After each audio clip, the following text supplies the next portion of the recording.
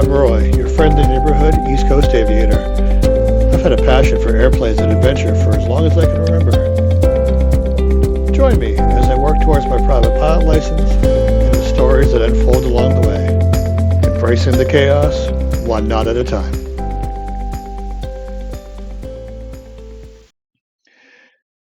Top of the day to you, my friends. Your friend, the neighborhood East Coast aviator here. Today we are going to talk about what books do you need if you're doing a self-study option, if you're wanting to practice for your online ground school studies, and just books to have in general as you learn. So, the very first book, which is, quite honestly, somewhat mandatory to have in your collection, is the Airplane Flight Training Manual. Now, this book covers all the things that you need to know and all the things that you're going to learn in your flight lessons, uh, concepts behind taking off, landing, short field landings, basic stuff that your instructor is going to walk you through. Best thing you can honestly do is, when your instructor tells you what your next lesson is going to be, is to, the night before, go through and read the section on what you're doing next. So if your next lesson is, say, stalls, you're going to want to familiarize yourself with the section on stalls. That's going to give you, the edge as far as knowing what's happening. You'll know what to expect, and you'll know what you need to do from there. The next book that you're going to definitely need to have, and this guy is pretty much, in my opinion, the Bible for aviation. Everyone who is training to be a pilot, in my opinion, needs this book, and that is From the Ground Up. This is the be all end all. This is everything that you need to know.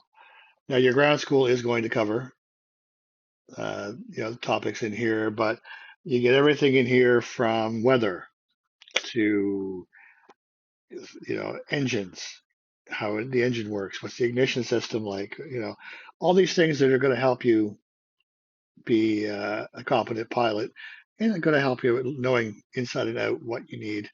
And this bad boy will certainly go a long way into helping you pass your written Transport Canada exam.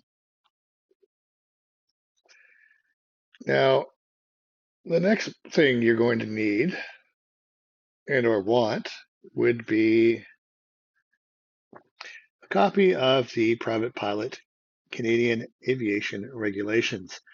Now, this is part of that free course I told you about that Hangar does. But in Canada, as we mentioned, you do need to pass your pre-solo test of air regulations. So this book will give you the regulations in general.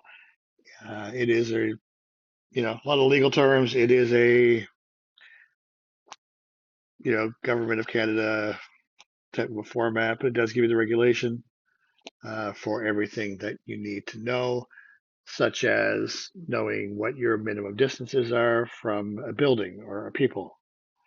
The fact that you can't land inside of a city outside of it being an aerodrome, airfield, or a helicopter landing pad that are authorized. It's things of that nature. There's all kinds of stuff in this. You're definitely going to want this one to help you prepare for that exam. And honestly, for myself, I refer to this one from time to time because even though I've passed my P-STAR exam, you need to keep up with this information because it's one of those things, if you don't refer to it, you're not necessarily going to, long term remember every little minute detail. And it's good to know what the legal requirements are for that. Now, another book that I would recommend, although you don't necessarily need to have this one, this is a recommended one, um, just to help you further prepare for your test. I know for the hangar course and pretty much any ground school that you take, whether that be Sporties or in the US, for just as an example, they will give you practice tests so you can understand what information you need to pass your written exam. So here we have, mine's a 2021 exam prep guide. This, however, is going to give you the tools you need, gives you, test questions as far as, what types of things you're going to see on your actual written test. Every advantage that you can get is recommended. A lot to learn, and honestly, my friends, you want to make sure that you are as prepared as possible so you can get the most out of it. And this one will certainly go a long way to help you with that. Now, another one that is certainly useful, but not,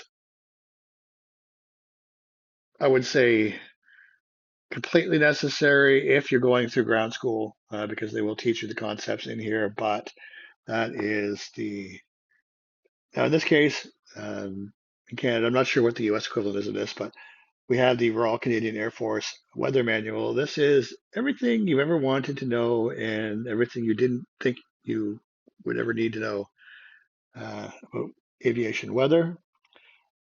This will certainly help you with that category. Now, the written exam will go in the future. We'll have a video on the written exam itself, but you do need to have 4 categories. So you need to pass a section on air law. There's a section on general, aviation. There's a section on navigation, section on weather, and I can tell you that there's certain things in weather I thought I knew, but realize that there were definitely gaps. This will help you figure out the differences, how air currents move, how it reacts in the mountains, what pressure, air pressure, cloud types, everything you'd want to know is there. And then also there is a companion book, and that is a workbook that they have. And it just gives you questions based on the weather, and that will help you prepare for that part of your exam. So that's a good one to have as well. The last one that I had was Human Factors for Aviation, basic handbook. This one has a lot of different topics in it. Um, Illusions, for example, all the things that parts of the flying process being human. We make mistakes. We are subject to optical illusions and stuff like that. Tells you things like this section here, for example, you know, useful consciousness. How long can you stay conscious at these heights without supplementary oxygen? You get pretty high up. Higher you go, the less oxygen is available. You're going to want to have oxygen for these things. It's things of that nature. Flying at night, what the black hole effect is a term you're going to learn about. Things like that. Now, these books will probably vary depending on your flight school. Now, for myself, when I started my aviation journey, I started training at the Moncton Flight College under the self-learning section and self-learning process.